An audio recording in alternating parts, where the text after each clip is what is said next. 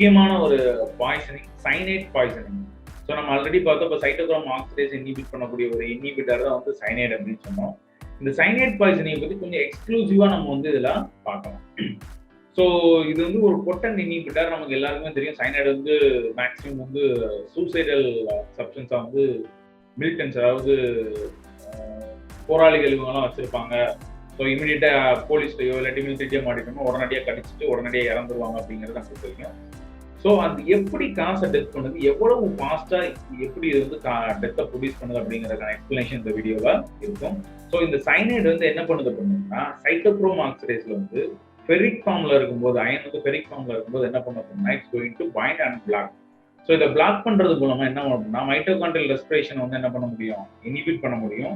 So respiration இல்லாத போது, mitochondrial respiration இல்லாத போது ஆட்டோமேட்டிக்காக என்ன ஆகும், செல் டெத் ஆக ஆரம்பிக்கும். ஸோ இது ஒன்று. ஸோ எப்படி டெத்தை ப்ரொடியூஸ் பண்ணுது அப்படின்னா, it's due to the tissue asphyxia, அதாவது ஆக்சிஜனே கிடைக்காது.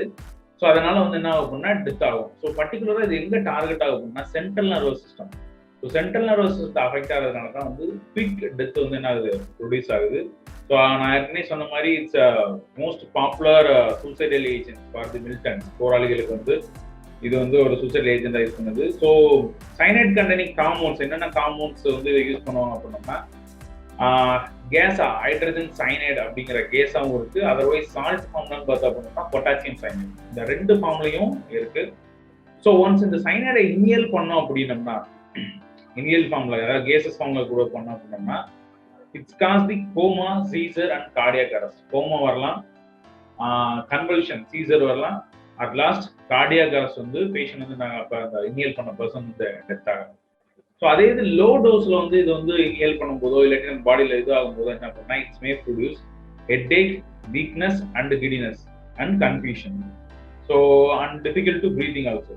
ஸோ தலை சுத்தும், ரொம்ப டயர்டாக இருக்க மாதிரி இருக்கும், கிருன்னு வர மாதிரி இருக்கும், கன்ஃபியூஷன் ஸ்டேட்டாக இருக்கும். ஸோ அட்லாஸ்ட் ப்ரீத்திங் டிஃபிகல்ட்டி வந்து வரலாம். ஸோ இது ஓவர் டோஸ் ஆகும்போது, அதர்வைஸ் லோயர் டோஸ்ல இருந்து கொஞ்சம் ஆப்டிமல் டோஸ்க்கு போகும்போது it may produce death.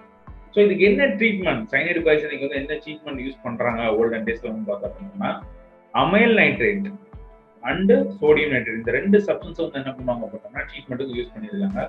So இது என்ன பண்ணது பண்ணணும்னா, அதாவது இதுல இருக்கக்கூடிய நைட்ரேட், அமைல் நைட்ரேட் அண்ட் சோடியம் நைட்ரேட்ல இருந்து இருக்கக்கூடிய நைட்ரேட் வந்து என்ன பண்ணுது அப்படின்னா, ஸோ ஹீமோகுளோபின் வந்து என்ன பண்ணும் அப்படின்னா, it's convert into the methaemoglobin. Haemoglobin வந்து என்ன பண்ணுவோம், மெத்திமோகுளோபின் கன்வெர்ட் பண்ணுது.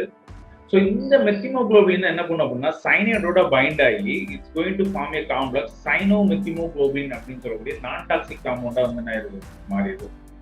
ஸோ ஹீமோகுளோபின் வந்து மெத்திமோகுளோபின் மாறுது. இந்த மெத்திமோகுளோபின் தான் வந்து என்ன ஆகுது, இமீடியட்டா வந்து சைனைடோட பைண்ட் ஆகி சைனோ மெத்திமோகுளோபின்னா மாறிடுது. ஸோ இது வந்து ஒரு நான் டாக்ஸிக் காம்பவுண்ட் ஈஸியா வந்து எலிமினேட் ஆயிடும்.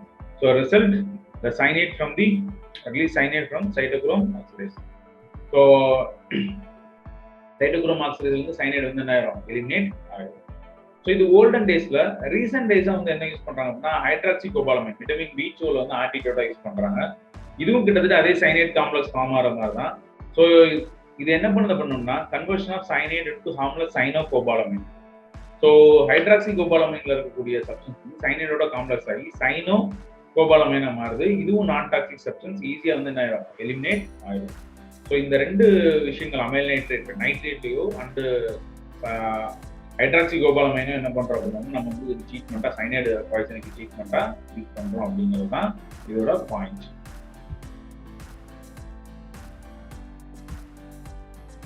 ஸோ இப்போ நம்ம இடிசினா என்னன்னு நம்ம பார்த்துட்டோம். ஸோ இடிசியை இன்ஹிபிட் பண்ணக்கூடிய இன்ஹிபிட்டர்ஸ், அதாவது 3 விதமான சைட்ல இன்ஹிபிட் பண்ணக்கூடிய சப்ஸ்டன்ஸ் என்னென்னது அப்படிங்கிறதையும் பார்த்தோம். அதுக்கு ஒரு எக்ஸாம்பிளா சைட்டோக்ரோம் ஆக்சிடேஸை இன்ஹிபிட் பண்ணக்கூடிய சப்ஸ்டன்ஸா வந்து பார்த்தா அப்படின்னா சைனைட் பாய்சனிங் வந்து ஒரு முக்கியமானது. ஸோ அந்த சைனைட் பாய்சனிங் வந்துச்சுன்னா அது எப்படி டெத்தை ப்ரொடியூஸ் பண்ணுது, லோ டோஸ்ல என்ன செய்யும், தென் ஹை டோஸ்ல வந்து எப்படி டெத்தை ப்ரொடியூஸ் பண்ணுது, என்ன மெக்கானிசம், தென் அதுக்கு யூஸ் பண்ணக்கூடிய ட்ரீட்மெண்ட் நைட்ரேட் அண்ட் சைனோகோபாலமைனை பத்தி நம்ம முழுசா இந்த வீடியோல பார்த்தோம்.